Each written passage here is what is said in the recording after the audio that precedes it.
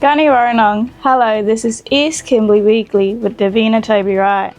Coming up in this edition, the Shire of Wyndham East Kimberley about to go into caretaker mode with elections in October.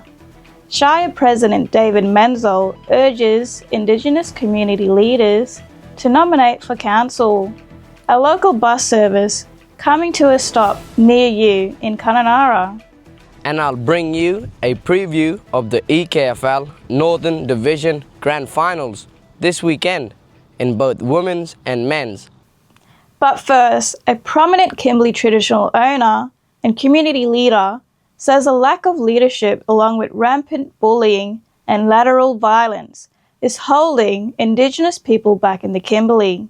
Cissy Gore-Birch currently heads Balangara Ventures Limited and has been the chairperson of her prescribed body corporate, which administers 26,000 square kilometres of land and sea on behalf of the Balangara people.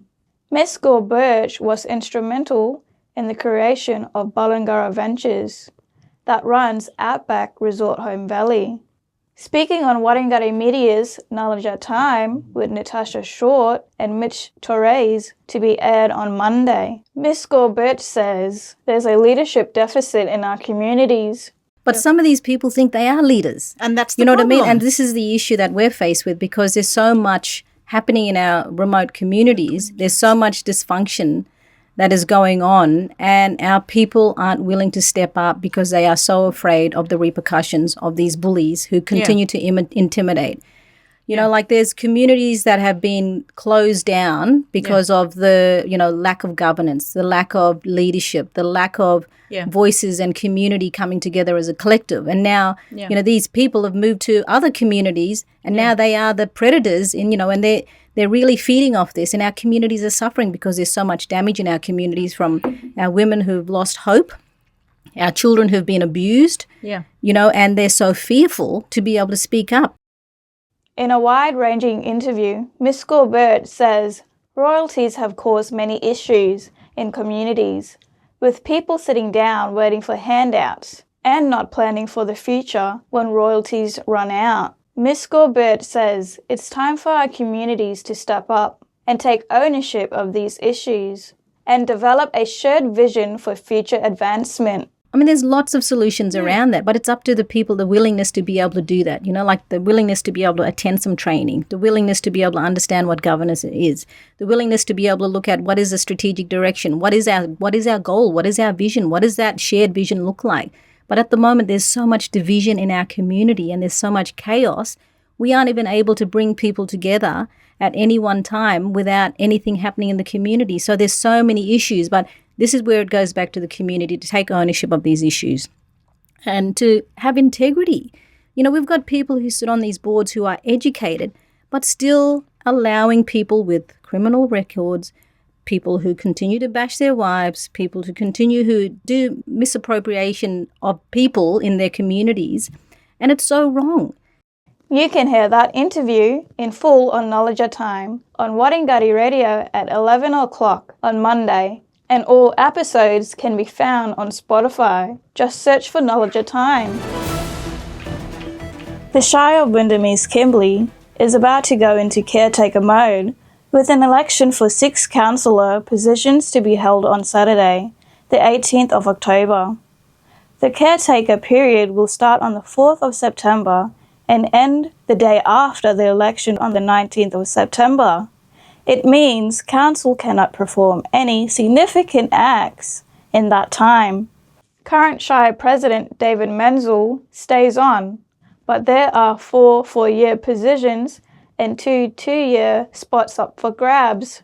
Nominations are open and they close on Thursday the 4th of September, with some new candidates expressing interest so far. Speaking with Scotty Day on his monthly radio segment, the Shire President is urging Indigenous community leaders to nominate. So I know there's a few out there, but I can certainly indicate that none of those 3 were Aboriginal people from our community, and I think that's something that we've been trying to encourage for quite a while to try and get that cross-section of our community represented at a council level.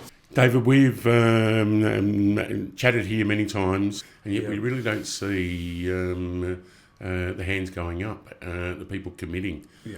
Why? Yeah, really difficult one. I mean, that's a big question. Why? Yeah, why? I won't be able to answer that very clearly, but certainly the Aboriginal leadership that I work with in the community, like all small communities, they're under the pump. Yeah. I think there's probably a whole group of other people there that may not be in those key Aboriginal leadership roles at the moment that I think they could contribute significant amounts to council and the function of councils. David Menzel says it's time for younger leaders to come through. I'm not sure. Those that are in the leadership positions at the moment, they've got enough on their plate probably, and I respect that, but I think there's another group there. Sounds like we need the leadership pool of Indigenous leaders to be a little bit larger than it already is. Maybe there's just too few people doing too much. I'll probably dig myself a hole here, but I think, look, we don't want you to do that. Our councils are pretty old. I reckon there's a whole group of young Aboriginal leaders out there that could easily step up and take a role in council and make a really valuable contribution, not just for Aboriginal people, but for people in their age group. The Shire President says Indigenous representation is a major issue and the council has struggled to get engagement. This is the case with the Kununurra Reimagine project and the Alcohol Accord proposal to allow the sale of 2-litre wine casks in local bottle shops. The Kununurra and Wyndham Alcohol Accord is currently seeking community feedback to try and reduce alcohol-related harm.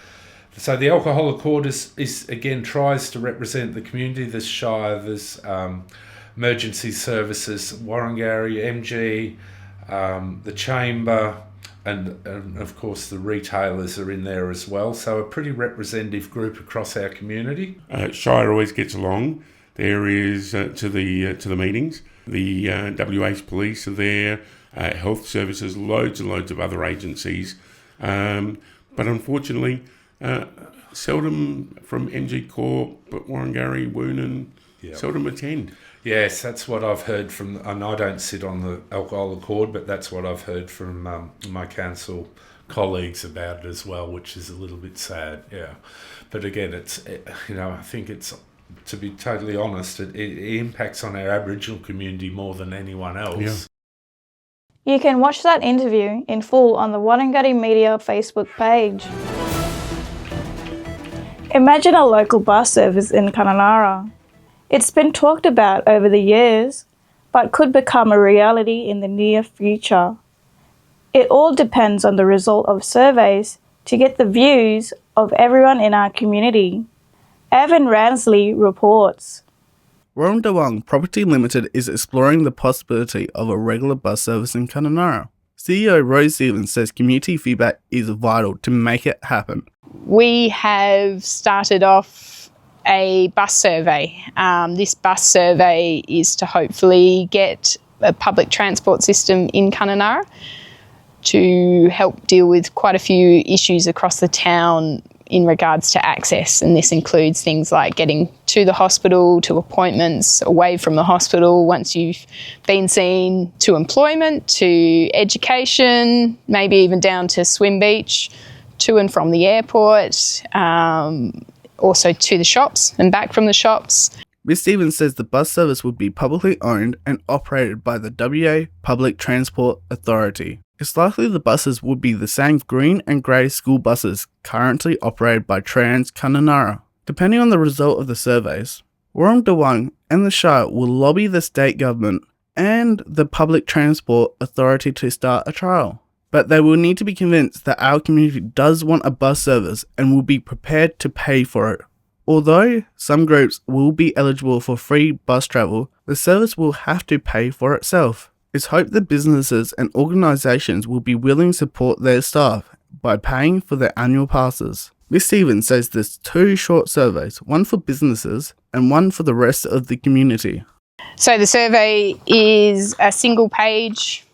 You can either do it on a hard form, which you can find here, or at different places around town, We've also got a QR code that, again, is in most of the cafes and places around town. It's also been put onto the Kununurra community notice board on Facebook. And simple 7 to 8 questions. We've got one for the community, which is for individuals giving us responses about how it's going to benefit them as individuals. And then we've also got one for the businesses side. So how is it going to help employment? How is it going to, for those people that are working, is it going to make your ability to turn up to work easier? Is it going to improve employees getting to jobs, being more functional?